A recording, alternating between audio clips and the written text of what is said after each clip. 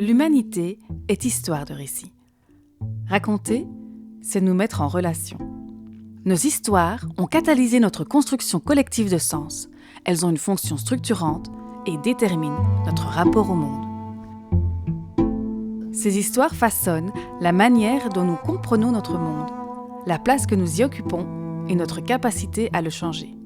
Il est temps de questionner ces récits, de se les réapproprier collectivement.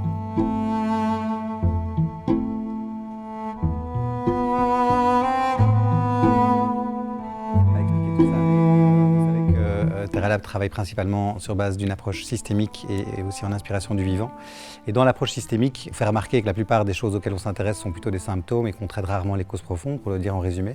Et en fait, dans les points de levier, c'est une manière de voir le changement possible dans les systèmes complexes. Or, toutes nos réalités font partie de cette complexité.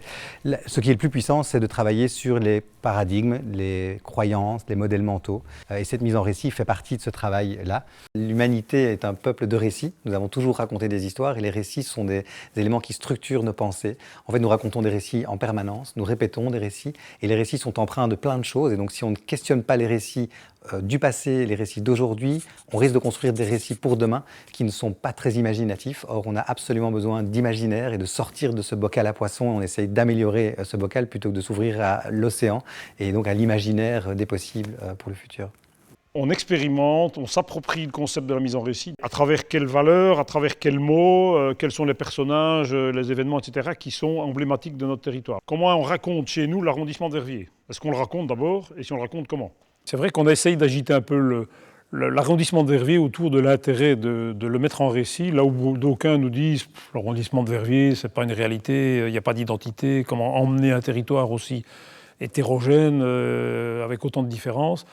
Et finalement, on se rend compte qu'à la fin d'un atelier comme celui-ci, il y a beaucoup plus de convergence d'idées et d'envie de croire que cette mise en récit est à la fois quelque chose d'important et quelque chose de possible. Il y a une diversité d'acteurs, il y a quelques élus de différents endroits sur le territoire, il y a plusieurs acteurs culturels, il y a des entrepreneurs, il y a des personnes qui travaillent dans des institutions parapubliques, il y a aussi des citoyens.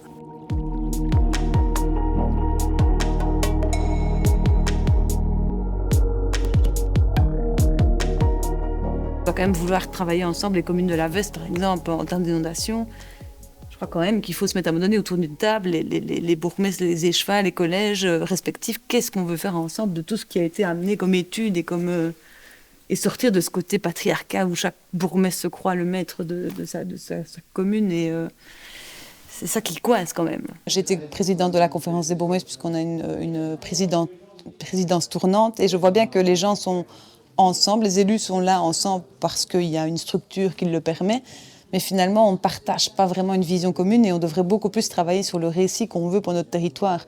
Ce qui nous permettrait de nous définir, de mieux comprendre ce qu'on fait ensemble et d'aller aussi, du coup, répondre à des appels à projets ou en tout cas proposer un projet pour le territoire qui ait du sens. Du coup, ce que vous avez questionné, c'est qu'en fait, pourquoi on est ensemble autour de la table, aller plus vers cette dimension-là, de réfléchir à qu'est-ce qui vous unit, qu'est-ce qui vous lie, où vous voulez aller ensemble. Il y a quand même en fait d'autres réalités que la réalité politique, il y a la réalité judiciaire, on a parlé de la santé, me dit quoi était en fait le pôle santé, il y a la réalité culturelle, et c'est très marrant à un moment donné que quand on parle de sa réalité, en fait on sélectionne en fait ce qui ne va naître, quoi. Et que ce qui est évident, en fait, on voit plus, quoi. L'imagination radicale est ancrée dans les lieux. Leurs spécificités sont la source du potentiel de tout récit auquel les gens peuvent s'identifier. L'identité racine doit passer à l'identité relation. Tout territoire se développe et n'existe que par ses interactions. Le territoire est un sujet vivant, inscrit dans le temps long. Ménageons-le et invitons le vivant dont nous dépendons. Quand une société est là, parce que le changement est permanent, il y a déjà des gens qui sont là et qui sont en train de faire émerger autre chose. La mise en récit est importante parce qu'elle doit nous permettre d'avoir un discours positif et de le construire pour permettre à nos collègues d'imaginer un avenir différent mais positif. Pour engager et activer le changement, construisons un récit ambitieux, réaliste et cohérent. Évitons d'emmener notre passé, explorons les incertitudes du futur et construisons des scénarios plausibles, clairs et stimulants. Depuis longtemps, on attend que des récits viennent d'en haut, entre guillemets, des discours qui viennent de politique, on nous donne une direction, des leaders nous inspirent et donc on suit un chemin. Et probablement que pour ce qui nous attend dans le changement à venir sur plein de paramètres, on a besoin que la population, les gens d'une manière générale, les institutions, les organisations s'impliquent dans la construction de nouveaux récits. Qu'on n'essaye pas de dire ce qu'on pense qui va se passer et on n'essaye pas de dire ce qu'on voudrait qu'il se passe. On travaille des incertitudes, on les observe et après on se demande comment on pourrait y arriver.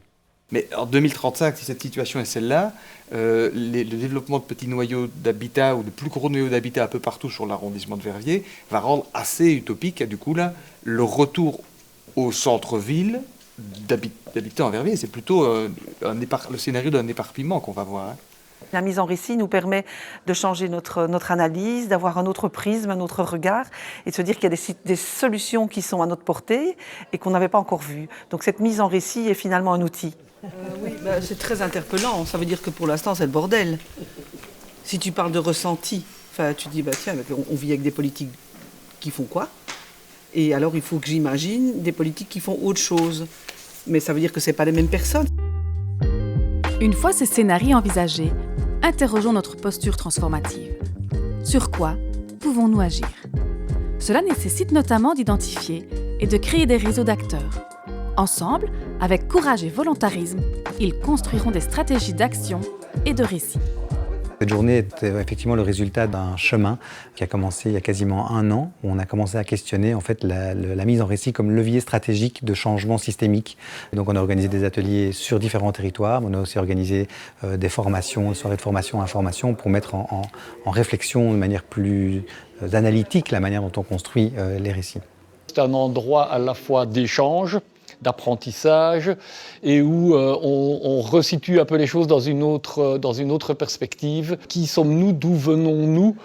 Comment se fait-il que nous sommes ce que nous sommes, avec nos points faibles, nos points forts, etc. Quels sont les éléments auxquels nous tenons et sur lesquels nous voulons encore construire notre avenir? Et ayant défini ce vers quoi on veut aller, ce à quoi on tient, ce sera plus facile peut-être de dire, eh bien, ces éléments-là, ils appartiennent au passé et nous allons quelque part les laisser là où ils sont.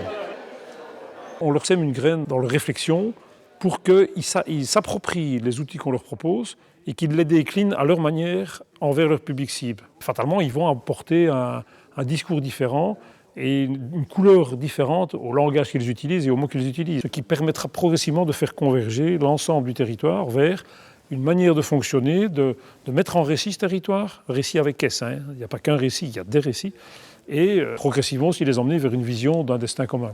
Alors c'est vrai qu'au départ, on ne se sent pas très légitime parce que nous ne sommes pas experts. Et donc on se dit toujours qu'il y a quelqu'un, peut-être d'autre, de plus expérimenté, qui a davantage les notions objectives par rapport à différentes thématiques pour pouvoir aller à la rencontre des populations.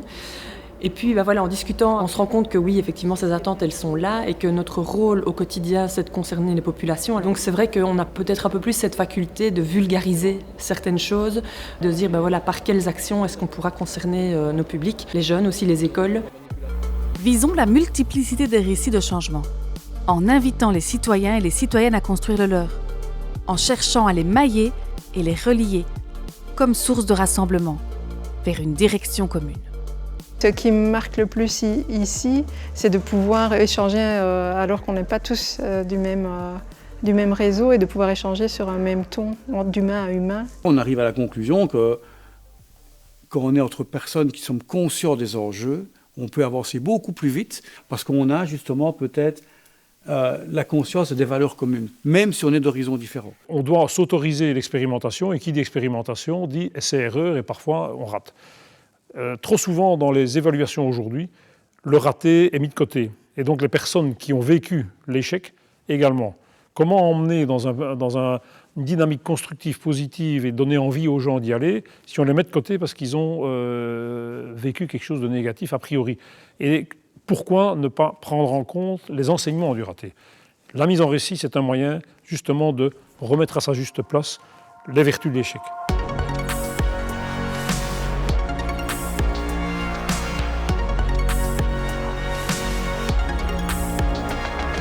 Donc l'utopie est à l'horizon, je fais 2 pas en avant, elle s'éloigne de 2 pas, je fais 10 pas de plus, elle s'éloigne de 10 pas. Aussi loin que je puisse marcher, je ne l'atteindrai jamais. À quoi sert l'utopie? Justement à cela, à avancer.